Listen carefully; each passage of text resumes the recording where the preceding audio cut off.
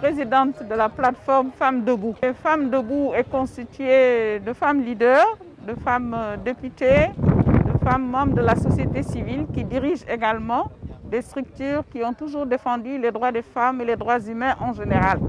Et qui dit droits humains et droits des femmes dit nécessairement droit à la santé.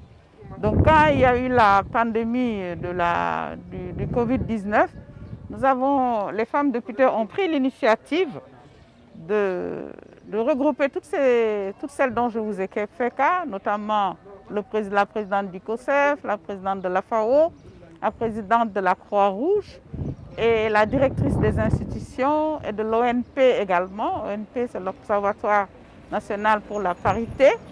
Et les présidentes de l'Assemblée nationale. J'ai à ma droite la présidente Ndeye Cissé, vice-présidente, Adimbergane Kanouté, il y a Yaya Diallo, il y a Awa Gueye, la présidente de la commission santé, il y a Sira Ndiaye, il y a Aminata Gueye, il y a Ndeye Fatou Guissé, et il y a Mariam Badiane, il y a Djema Ndiaye Ba, et il y a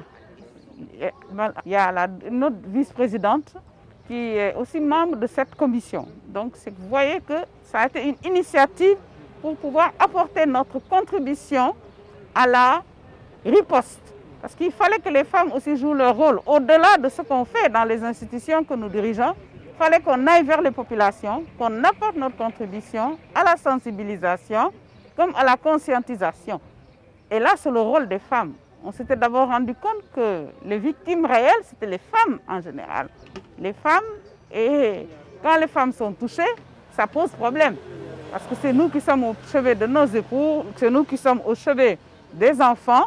Donc il était bon d'abord qu'on sache les tenants et les aboutissants de cette maladie, qu'on sache comment se comporter, et il fallait la sensibilisation et la conscientisation.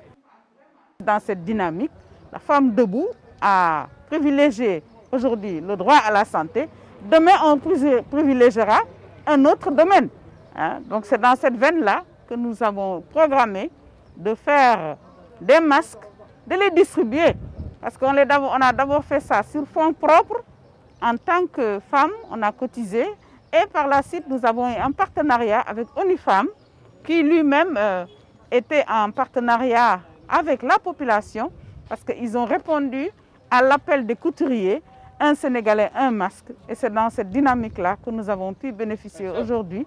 En plus de ce que nous avons fait comme masque, d'autres masques ont été mis à disposition. Vous avez ciblé donc quelques marchés que nous nous sommes dit que les femmes qui sont dans le secteur informel, c'était plus facile de pouvoir choper la maladie comme ça. Comme c'est devenu communautaire et qu'on ne savait pas trop qui a la maladie ou pas, il fallait protéger tout le monde.